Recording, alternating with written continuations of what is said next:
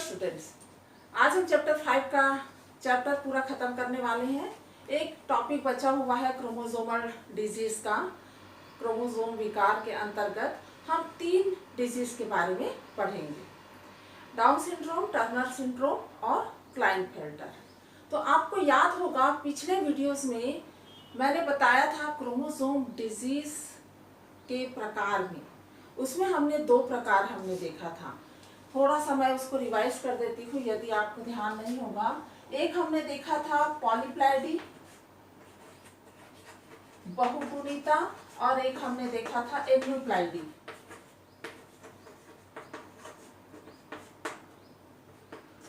असगुणिता, है ना। पॉलीप्लाइडी यानी बहुगुणिता, एन्यूप्लाइडी मतलब असगुणिता, ये हम पढ़ चुके हैं। पॉलीप्लाइडी में क्या होता है, कोशिका द्रव्य विभाजित न हो सकने की स्थिति में पूरा एक सेट, क्रोमोसोम का एक सेट एक्स्ट्रा हो जाता है, अधिक हो जाता है। क्रोमोसोम का एक पूरा सेट या समुच्चय अधिक हो जाता है और क्रोमोसोम की संख्या अधिक हो जाती है। ये होता है पौधों में, प्लांट्स में होता है ये अधिकतर, मुख्यतः प्लांट्स में होता है पॉलीप्लाइडी या बहुगुणिता। एन्यूप्लाइडी में हमने क्या देखा था, यहाँ पर भी क्रोमोसोम की संख्या या तो 1 बढ़ जाती है, 1 या 2 अधिक हो जाती है या कम हो जाती है। तो एन्यूप्लाइडी या असगुणिता का अर्थ होता है 1 या 2 क्रोमोसोम अधिक होना या कम भी हो सकती है, ये हमने देखा था असगुणिता में। और असगुणिता में आपको याद होगा हमने 4 प्रकार देखा था। एक होता है मोनोसोमी, दूसरा हमने पढ़ा था नरसोमी, तीसरा हमने देखा था ट्राइसोमी और चौथा था टेट्रासोमी। इसमें हमने क्या देखा था, मोनोसोमी या नरसोमी में एक क्रोमोसोम जब कम हो जाता है तब हम उसे मोनोसोमी कहते हैं। 2 क्रोमोसोम कम हो जाता है तब हम उसे नरसोमी कहते हैं। मुख्यतः 40 क्रोमोसोम होते हैं मनुष्यों में। यदि 1 क्रोमोसोम कम हो गया तो कितना हो गया, 45, तो ये मोनोसोमी के अंतर्गत आता है। नरसोमी में क्या होता है, 2 क्रोमोसोम यदि कम हो जाते हैं तो क्रोमोसोम की संख्या 44 हो जाती है। ट्राइसोमी में हमने देखा था यदि 1 एक्स्ट्रा क्रोमोसोम आ जाता है, अधिक हो जाता है, तब ये इसकी संख्या कितनी हो गई, 47 हो जाती है ना। तो यहाँ पर ट्राइसोमी में हमने देखा 1 एक्स्ट्रा हो जाता है और जब 2 एक्स्ट्रा हो जाएगा तब उसकी संख्या 48 हो जाएगी और ये टेट्रासोमी के अंतर्गत आता है। तो ये बेसिक चीज याद रखना बच्चों, क्रोमोसोम की संख्या में परिवर्तन होने के कारण जो विकार उत्पन्न होते हैं वह क्रोमोसोमल विकार कहलाते हैं। पॉलीप्लाइडी और एन्यूप्लाइडी उसके 2 उदाहरण हैं। पॉलीप्लाइडी प्लांट्स में होता है जिसमें जब क्रोमोसोम का एक सेट अधिक हो जाता है। एन्यूप्लाइडी में सेट नहीं, केवल 1 या 2 क्रोमोसोम या तो अधिक हो जाएगा या कम हो जाएगा, जैसे हमने ये उदाहरण में देखा। क्लियर। अब हम देखेंगे डिजीज के बारे में जो कि इस उदाहरण के अंतर्गत आता है। तो सबसे पहले हम देखते हैं डाउन सिंड्रोम का। हम यहीं पर देख लेते हैं डाउन सिंड्रोम। डाउन सिंड्रोम में क्या होगा, डाउन सिंड्रोम जो है वो वैज्ञानिक थे लैंगटन डाउन। लैंगटन डाउन नामक वैज्ञानिक ने सन 1866 में लैंगटन डाउन नामक वैज्ञानिक ने इनकी खोज की थी, इसीलिए इस सिंड्रोम का नाम डाउन सिंड्रोम रखा गया। अब इस सिंड्रोम में होता क्या है, इस सिंड्रोम में जो 21 नंबर का क्रोमोसोम है, 21 नंबर के क्रोमोसोम में एक एक्स्ट्रा क्रोमोसोम आ जाता है। और 21 नंबर का क्रोमोसोम कैसा क्रोमोसोम है, ऑटोसोम है, अलिंग गुणसूत्र है। तो यहाँ पर सेक्स क्रोमोसोम से रिलेशन नहीं है डाउन सिंड्रोम में। डाउन सिंड्रोम में 21 नंबर का क्रोमोसोम जो कि अलिंग गुणसूत्र होता है, वहां पर एक एक्स्ट्रा क्रोमोसोम आ जाता है। ठीक है। अब ये कैसे होता होगा, यहाँ पर हम देखते हैं मनुष्य में 46 क्रोमोसोम है। जब मियोसिस होता है तब 23 बढ़ते हैं युग्मक में, लेकिन यहाँ पर क्या होता है, एक तरफ 24 क्रोमोसोम चले जाते हैं और एक तरफ 22, असमान विभाजन हो जाता है मियोसिस में, मियोसिस 1। तो यहाँ अब ये जब ये 24 क्रोमोसोम गुणसूत्र आगे नर के 23 वाले युग्मक से मिलता है, तब यहाँ पर क्रोमोसोम की संख्या 47 हो जाती है। ठीक है, क्रोमोसोम की संख्या क्या हो गई, 47। यानी यहाँ पर एक एक्स्ट्रा क्रोमोसोम आ रहा है तो वो किसके अंतर्गत आएगा, ट्राइसोमी के अंतर्गत। इसीलिए डाउन सिंड्रोम को और क्या कहते हैं, 21 ट्राइसोमी भी कहते हैं। 21 ट्राइसोमी, एक अतिरिक्त गुणसूत्र आ जाता है 21 नंबर के क्रोमोसोम पर। क्लियर? मेल में, मेल और फीमेल दोनों में हो सकता है ये, क्योंकि ये ऑटोसोम का एग्जाम्पल है। तो अगर कोई फीमेल होगी, आपको पता है 44 ऑटोसोम होते हैं, चाहे वो मेल हो या फीमेल हो। अगर यहाँ पर 44 है तो 21 नंबर का क्रोमोसोम में बढ़ रहा है, तो ये संख्या क्या हो जाएगी, चाहे वो मेल हो या फीमेल हो, 45 ऑटोसोम हो जाते हैं। अलिंग गुणसूत्र की संख्या 45 हो जाती 44 की जगह, क्योंकि ये 21 नंबर के क्रोमोसोम में एक एक्स्ट्रा बढ़ रहा है। लेकिन उसका जो सेक्स क्रोमोसोम है, फीमेल रहेगा तो XX और मेल रहेगा तो XY। तो इस प्रकार मेल हो या फीमेल हो, दोनों में डाउन सिंड्रोम हो सकता है और संख्या कितनी हो जाती है, 47 हो जाती है। होना था 46, हो गया 47। और संख्या कौन से क्रोमोसोम बढ़ा है, ऑटोसोम 21 नंबर के क्रोमोसोम में एक संख्या बढ़ जाती है। अब हम देखते हैं इसमें लक्षण क्या क्या होते हैं, सिम्टम क्या क्या होगा।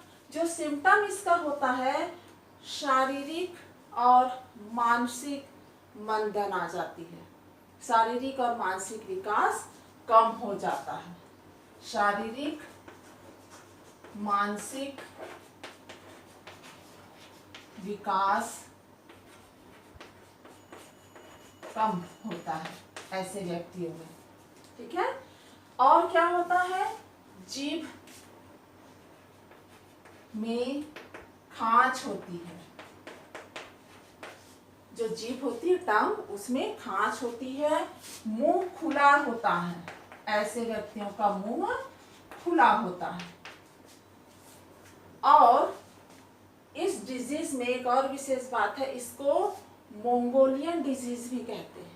मंगोलियन डिजीज क्यों कहते हैं, क्योंकि मंगोलियन जाति के लोगों के जैसी उनकी आंखें और पुतलियां होती है, थोड़ी सी स्लाइंट किए हुए, तो इसको मंगोलियन डिजीज भी कहते हैं। और एक जो इम्पोर्टेंट कैरेक्टर इनमें होता है बच्चों, वो है पाम क्रीज। अब ये पाम क्रीज क्या है, हथेली जो होती है वह चौड़ी होगी और उंगलियां छोटी होंगी, है ना। हथेली चौड़ी रहेगी और उंगलियां क्या होगी, छोटी होगी। इस प्रकार से चौड़ी रहेगी लेकिन छोटी रहेगी। और पाम क्रीज का अर्थ क्या होता है, पाम क्रीज में हमारे सामान्य हाथों में क्या होता है, 3 लाइनें रहती ना, इस प्रकार से, इस प्रकार से, है ना, और ये ऐसे, ये वहां पर केवल एक सिंगल लाइन रहेगी। हथेली चौड़ी, उंगलियां छोटी और पाम क्रीज में एक सिंगल लाइन पाम क्रीज होता है डाउन सिंड्रोम वाले व्यक्ति में। तो मुख्य लक्षण है ये पाम क्रीज का, सिंगल पाम क्रीज। क्लियर, एक विशेष लक्षण है। जीभ में खांच रहेगा, मुंह खुला रहता है, शारीरिक और मानसिक मंदता होती है। ठीक है, तो ये विशेष और मंगोलियन जाति के लोगों के जैसे उनकी आंखें और पुतली रहती है, इसीलिए हम इसको मंगोलियन डिजीज कहते हैं। तो डाउन सिंड्रोम भी एक नाम है, मंगोलियन डिजीज भी एक नाम है, 21 ट्राइसोमी भी हम इसी को कहते हैं डाउन सिंड्रोम में। तो मुख्य बात 21 नंबर का क्रोमोसोम अतिरिक्त आ जाता है, इस प्रकार से क्रोमोसोम की संख्या 47 हो जाती है, इसे हम डाउन सिंड्रोम कहते हैं। सिंगल पांक्रिस याद रखेंगे, मुंह खुला, जीभ में खांच रहती है, शारीरिक और मानसिक मंदता तो रहती ही है। क्लियर? तो ये डाउन सिंड्रोम ट्राइसोमी के अंतर्गत का एक उदाहरण है। अब हम सेकंड डिजीज देखेंगे।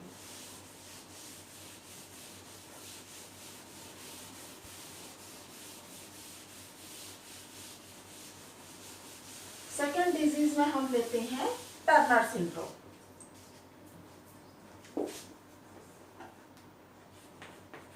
टर्नर सिंड्रोम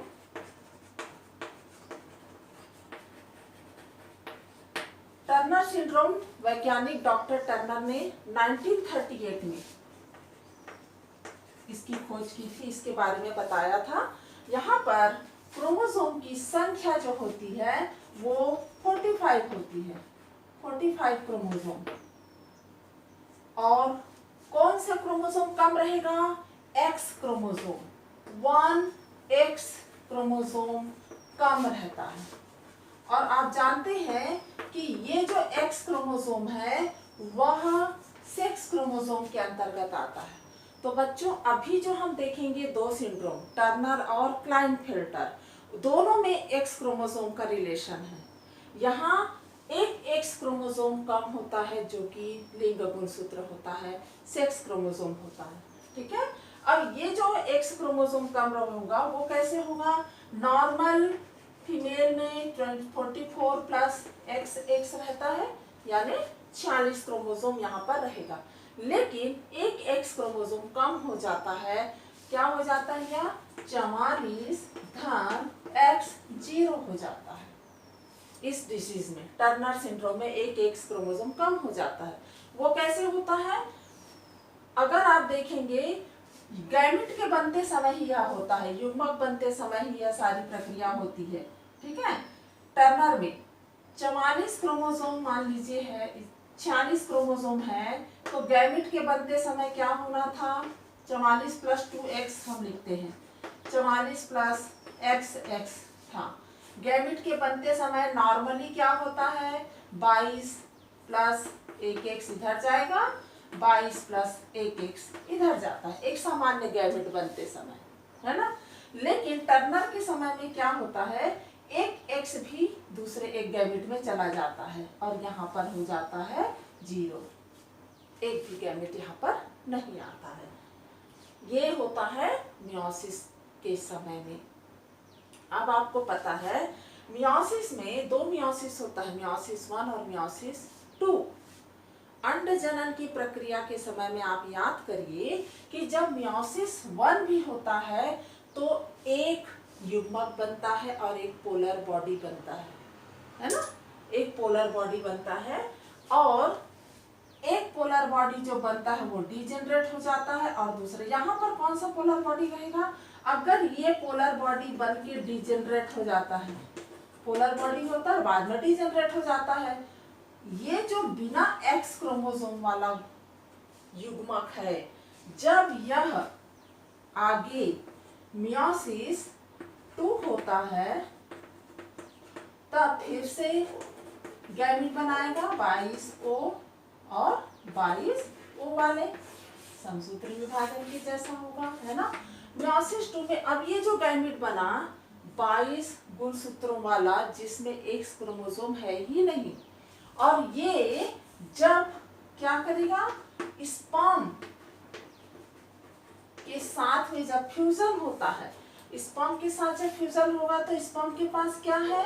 22 धन Y, एक X रहता है या एक Y रहता है ना?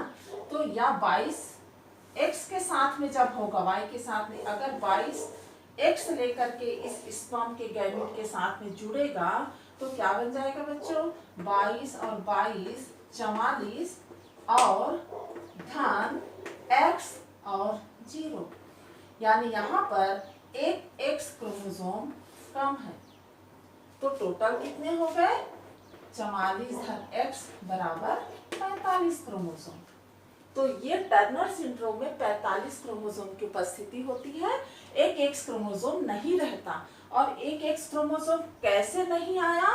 वो यहाँ पर गैमेट के बनते समय एक्स क्रोमोसोम एक गैमेट में आता ही नहीं है, और वही गैमेट अगर स्पर्म के गैमेट से मिल जाता है तब इस प्रकार की स्थिति आती है, और उत्पन्न रोग को हम कहते हैं टर्नर सिंड्रोम। लक्षण हम देख लेते हैं।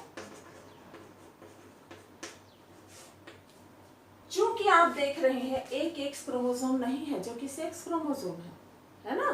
तो चूंकि एक्स क्रोमोसोम की अनुपस्थिति होती है तो जाहिर सी बात है द्वितीयक लैंगिक लक्षणों का अभाव होता है।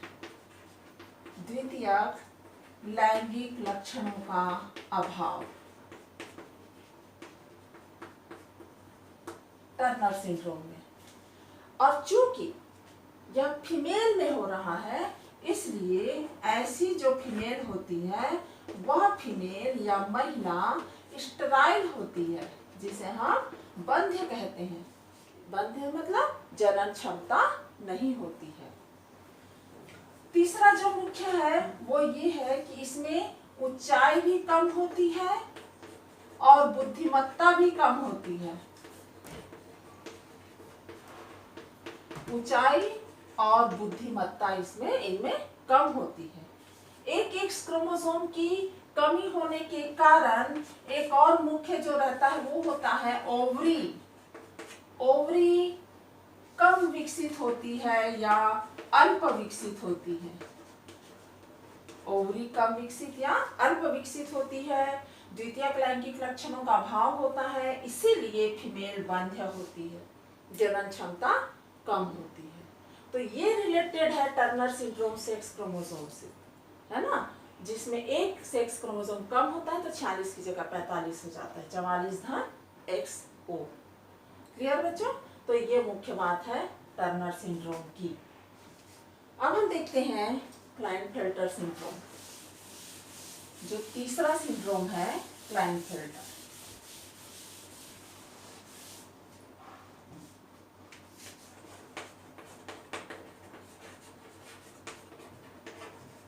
क्लाइनफेल्टर सिंड्रोम में भी सेक्स क्रोमोसोम से रिलेशन है। जैसा हमने टर्नर में देखा एक एक्स क्रोमोसोम कम हो जाता है, यहाँ पर एक एक्स क्रोमोसोम अधिक हो जाता है।